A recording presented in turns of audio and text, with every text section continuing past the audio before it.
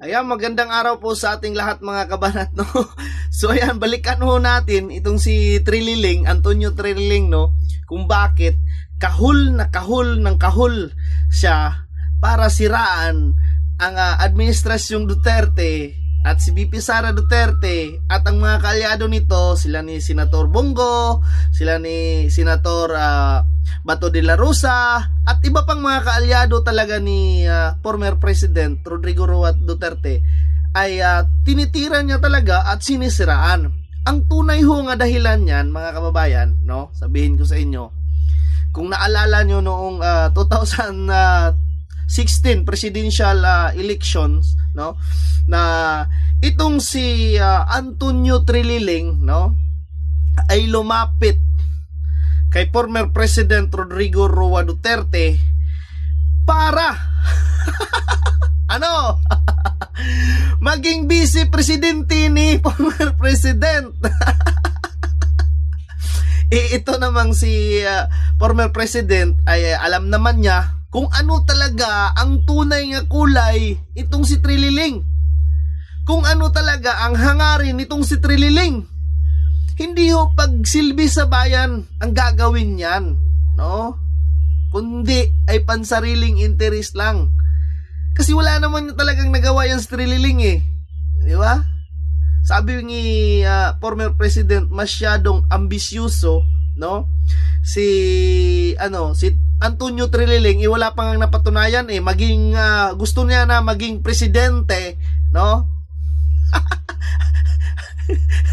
Vice President, gusto niya maging Vice President. Ipapunta na yan na maging presidente.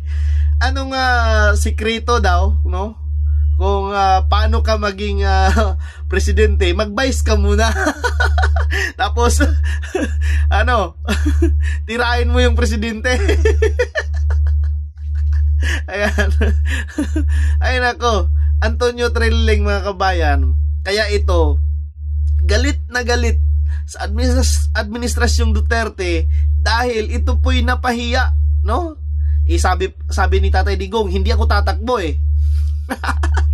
Ikinalaunan tumakbo. Tapos ang kinuhang Vice President si Senator Alan Peter Cayetano. Kung kayo naman lang, no, i-compare ka lang naman kay Senator Alan Peter Cayetano, ang layo mo, no? Ang layo mo, Mr. Trililing. Ano ka muna, abogado ka muna. Napakalayo mo talaga, no? Kaya po mga kabanat, no, hindi siya kinuha ni former president, no? Dahil ito nga si Antonio Trililing ay napakasinungaling, no? At gusto niya talagang, no,